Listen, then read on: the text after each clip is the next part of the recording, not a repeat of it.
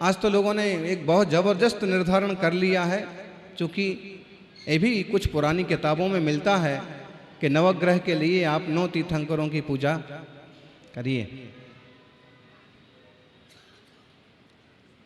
इसमें भी थोड़ा सा लॉजिक है। बहुत बार लोग शंका समाधान में प्रश्न पूछते हैं कि ये कहाँ तक उचित है, हैं? जैन धर्म में नवग्रह और 9 देवता और 9 तीर्थंकरों की आराधना, चूंकि 9 तीर्थंकर नहीं, तीर्थंकर तो उसमें सारी समाहित कर लिए जाते हैं, लेकिन वास्तव में ये अवधारणा इसलिए पैदा हुई कि बहुत सारे प्राथमिक बुद्धि वाले लोगों को ऐसे लगता है कि जिन शासन में समस्याओं का काट का कोई उपाय ही नहीं है, अगर हमें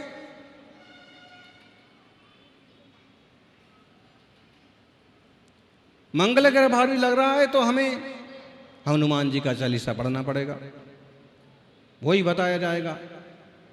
लेकिन फिर उसका विद्वानों ने सोचा कि मूल कारण है इसका परिणामों की उपसमता, और परिणामों की शांति के लिए तुम वासुपूज्य भगवान का भी चालीसा पढ़ो, तुम्हारा मंगल होगा। मतलब है कि जो कठोर श्रद्धानी नहीं है, मंद श्रद्धानी है, और प्राथमिक बुद्धि वाले लोग हैं, उन लोगों के लिए अवधारणा बहुत ज़्यादा महत्वपूर्ण साबित हुई। और देखिए बहुत जगह नवग्रह के मंदिर बन गए। वो नवग्रह के मंदिर नहीं है, वास्तव में मंदिर तो तीर्थंकर भगवान के ही है। जैसे अभी कहा जाता है कि मुल्तान का मंदिर, अब मुल्तान तो रह गया पाकिस्तान में, लेकिन जो मूर्तियां मुल्तान से आई हुई थी उनको विराजमान किया है, वो मुल्तान का मंदिर कहलाता है। कोई मुल्तान है, अब बहुत सारे मंदिर थे, सेठ जी का मंदिर, गोदी कान का मंदिर, और कौन कौन से हैं, दीवान जी का मंदिर। अब दीवान जी की मूर्ति है क्या उसमें? दीवान जी ने बनवाया था, अमरचंद जी दीवान जी ने एक मंदिर बनवाया, उनके बड़े भाई ने बनवाया, उनके छोटे भाई ने बनवाया है ना। तो मतलब है कि कह भले रहे हैं, लेकिन आशय उसका है कि तीर्थंकर भगवान ही वहाँ विराजमान है, और आप पूजा करेंगे तो आपकी जो मान्यता है कि मैं तो आज शनि ग्रह निवारक मुनि सुब्रत भगवान की पूजा करके आया हूँ, और अब मेरे शनि की 7.5 जो है वो खत्म हो जाएगी, शनि का ढैया जो है वो खत्म हो जाएगा। लेकिन यानी भैया शनि का ढैया वो तो 2.5 साल उस अपने हिसाब से चलता रहेगा। बस तुम्हारे परिणामों की विशुद्धि के कारण से तुम्हारा कल्याण होगा, मंगल होगा।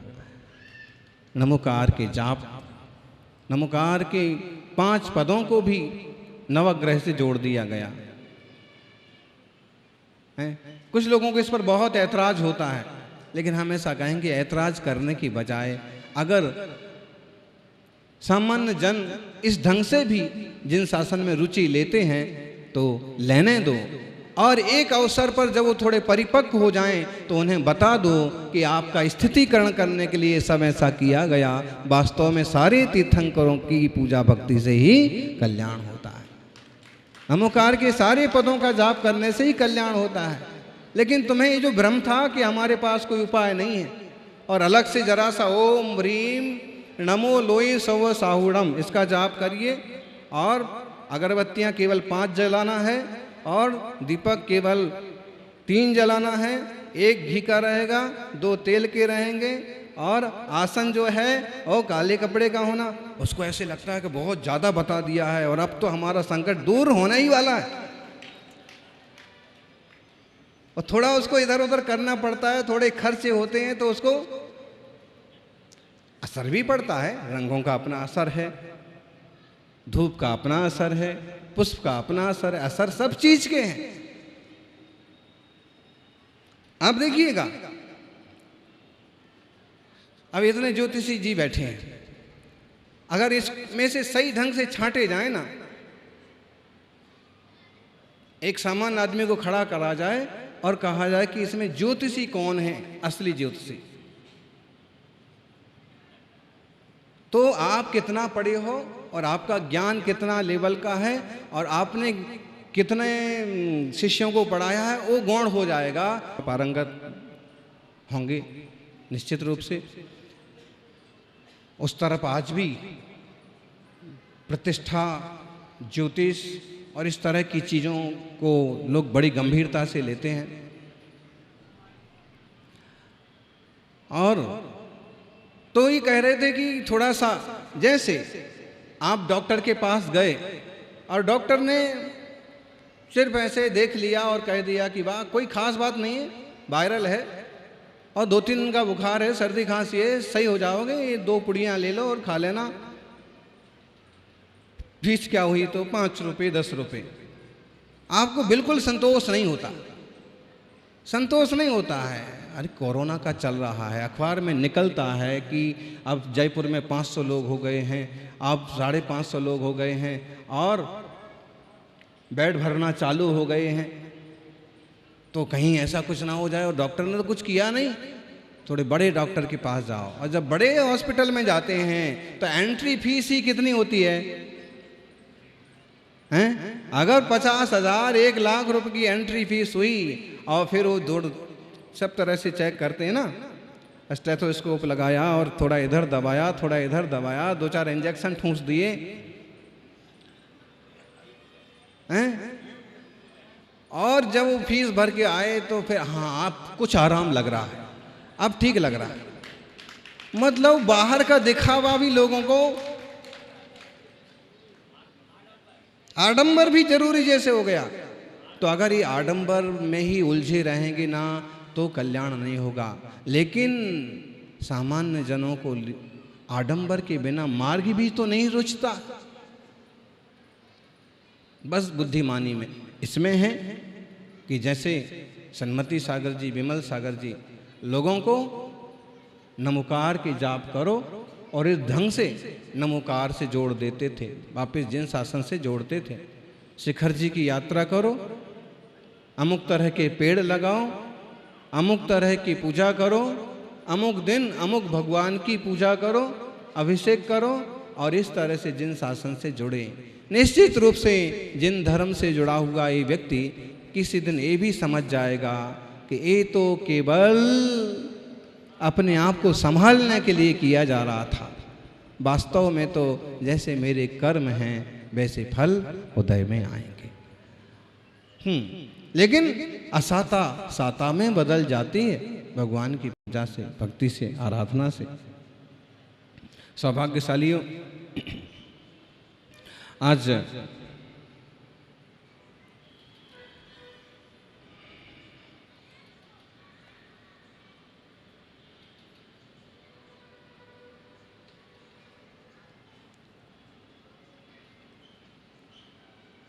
कृष्ण जन्माष्टमी का अवसर भी है और हरिवंश पुराण स्वाध्याय किया होगा। कृष्ण जी नेमिनाथ जी के चचेरे भाई अपन बोलते हैं, वास्तव में ताऊ के बेटे थे। देश में बहुत सारे रिश्ते होते हैं अपने यहाँ पर, ताऊ भी होते हैं, चाचा भी होते हैं, सब अलग अलग होते हैं, मामा भी होते हैं, खाखा भी होते हैं और फूफा भी होते हैं, है ना। बहुत सारे रिश्ते होते हैं। इंग्लिश की वर्ड की तरह एक ही नहीं होता है कि सबको एक अंकल बोल करके और निपटा दिया जाए। ताऊ जी के बेटे थे, मतलब बड़े पिता के नेमिनाथ, और सबसे छोटे 10 भाई थे। कितने भाई थे? समुद्र विजय वसुदेव कितने भाई थे? और आपके कितने भाई हैं जी? गजेंद्र जी बोलो। रवि जी कितने भाई हैं आपके? 6। आपको तो बिल्कुल इंटरनेशनल गिफ्ट मिलना चाहिए। और एक बात बताएं कि जो आज 25-30 साल के हैं उनके भले 3-4 भाई होंगे, लेकिन आज 2 साल के, 3 साल के, 5 साल के, 10 साल के बच्चे से पूछो ना, 10 साल का बच्चा कितने भाई हैं?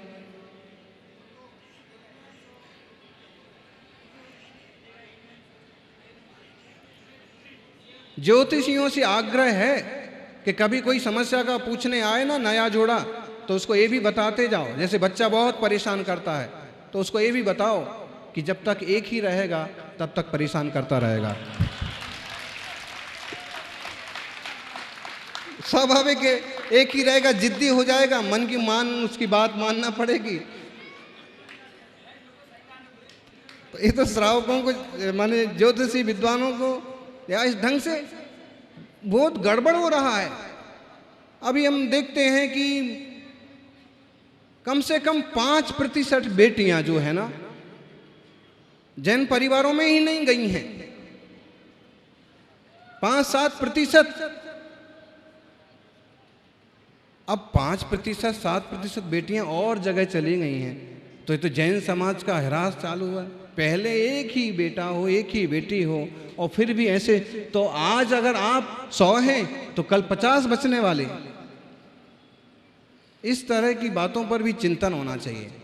और अगर आपके यहाँ बेटी है तो एक बेटा होना चाहिए, और बेटा है तो एक बेटी होना चाहिए। आदिनाथ भगवान के यहाँ भी बेटियां थी, और उन्होंने भी जैसी परवरिश बेटों की वैसी परवरिश बेटियों की भी की। आज ब्राह्मी के नाम से ब्राह्मी लिपि फेमस है। वह लिपि देश की प्राचीन और सुंदरी गणित के आविष्कार में प्रमुख भूमिका रख रही। चूंकि सारी विद्याएं द्वादशांग से ही आई हैं, इसलिए चाहे ज्योतिष विद्या हो, चाहे वास्तु विद्या हो, चाहे सामुद्रिक विद्या हो, चाहे तंत्र विद्या हो, मंत्र विद्या हो, हम किसी भी विद्या को गाली नहीं दे सकते और झूठा सिद्ध नहीं कर सकते। बस बात ये है कि उसके सच्चे और अच्छे पारंगत विद्वानों की जरूरत है। बोले भाई साहब ने कह दिया, अब सत्य है, क्योंकि उनका गणित पक्का है, उनका ज्योतिष पक्का है, उनका मुहूर्त पक्का है। बहुत बार ये होता है कि क्षेत्र का भी प्रभाव पड़ता है, हैं? बोले रावी और ताप्ती नदी के उस तरफ और इस तरफ बहुत अंतर पड़ता है। जो मान्यताएं उस तरफ है, वहां कृष्ण पक्ष में भी आराधना, पूजा, पंचकल्याण हो सकते हैं, अमावस्या को भी हो सकता है, लेकिन वो इस तरफ नहीं हो सकता। द्रव्य का भी प्रभाव, क्षेत्र का भी प्रभाव, काल का भी प्रभाव। उत्तरायण है, अमुक तिथियां ले सकते हैं, दक्षिणायन में नहीं ले सकते। और अभी इस पर भी निष्कर्ष होना चाहिए कि शुक्र अस्त है तो क्या पंचकल्याण हो सकते हैं? गुरु अस्त है तो क्या विवाह हो सकते हैं? अब दो अलग अलग चीजें हैं। गुरु ग्रह का काम अलग है और शुक्र का काम अलग है। शुक्र गृहस्थी से संबंधित है और गुरु अध्यात्म से संबंधित है। तो अगर शुक्र अस्त हो तो प्रतिष्ठाएं हो जाना चाहिए, क्योंकि पंचकल्याण प्रतिष्ठा में तो धार्मिक अनुष्ठान किया जा रहा। इस पर चिंतन करने की जरूरत है, ऐसा होना चाहिए, ये नहीं कह रहे हैं, इस पर चिंतन होना चाहिए। और अगर समुचित रास्ते निकलते हैं तो निकालना चाहिए, जो कि विद्वान तो कभी कभी अपनी सहूलियत के हिसाब से भी मुहूर्त निकाल लेते हैं। रविवार है, आज सबसे बड़ा और सबसे श्रेष्ठ मुहूर्त कौन सा है जी? रवि। कौन सा है?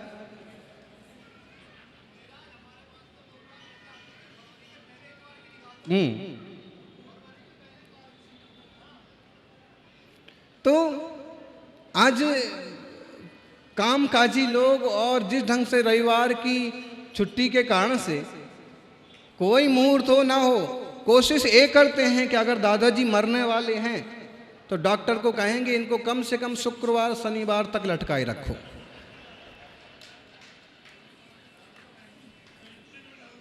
हाँ, वेंटिलेटर पर डाल दो, बच्चा पैदा होने वाला है। डॉक्टर कहता है कि आपके गुरुवार का दिन आ रहा है, 2 दिन और नहीं सरक सकता आगे, 2 दिन पहले नहीं हो सकता। जो भी है, हमें खिलवाड़ नहीं करना चाहिए, प्रकृति के साथ भी और शास्त्रों के साथ भी। कोशिश करें कि अपन सही पर डटे रहें।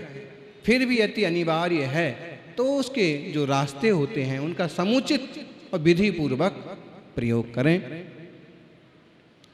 भगवान नेमिनाथ स्वामी का जीवन देखिए। कृष्ण के भाई होने के बाद भी एक भाई ने राज किया और दूसरे भाई ने वैराग लिया और तप करके गिरनार पर्वत से मोक्ष पधारे। सज्जनों, तीर्थंकरों के, महापुरुषों के जीवन चरित्र हमें सिखाते हैं और दिखाते हैं कि आपके जन्म के नक्षत्र कैसे भी हों, कितनी परेशानियां हों, आप सन्मार्ग पर चलते रहेंगे, सही लोगों की संगति में रहेंगे तो रास्ते बनते जाएंगे, रास्ते खुलते जाएंगे। दूसरा, काल सर्प योग की बात, ये तो विद्वान लोग जल्दी ज़्यादा अच्छे से बता पाएंगे।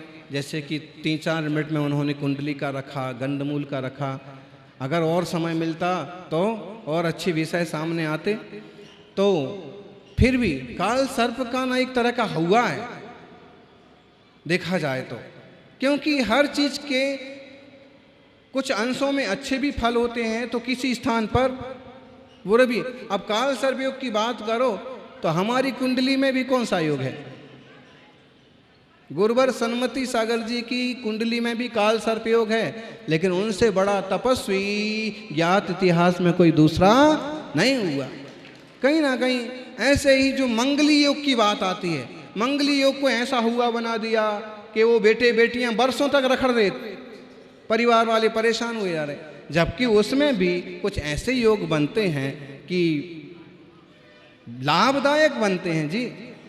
तो ये विद्वान जन और ज़्यादा गहराई से रिसर्च करें और सामान्य लोगों को उस तरह की बातों का मार्गदर्शन करें।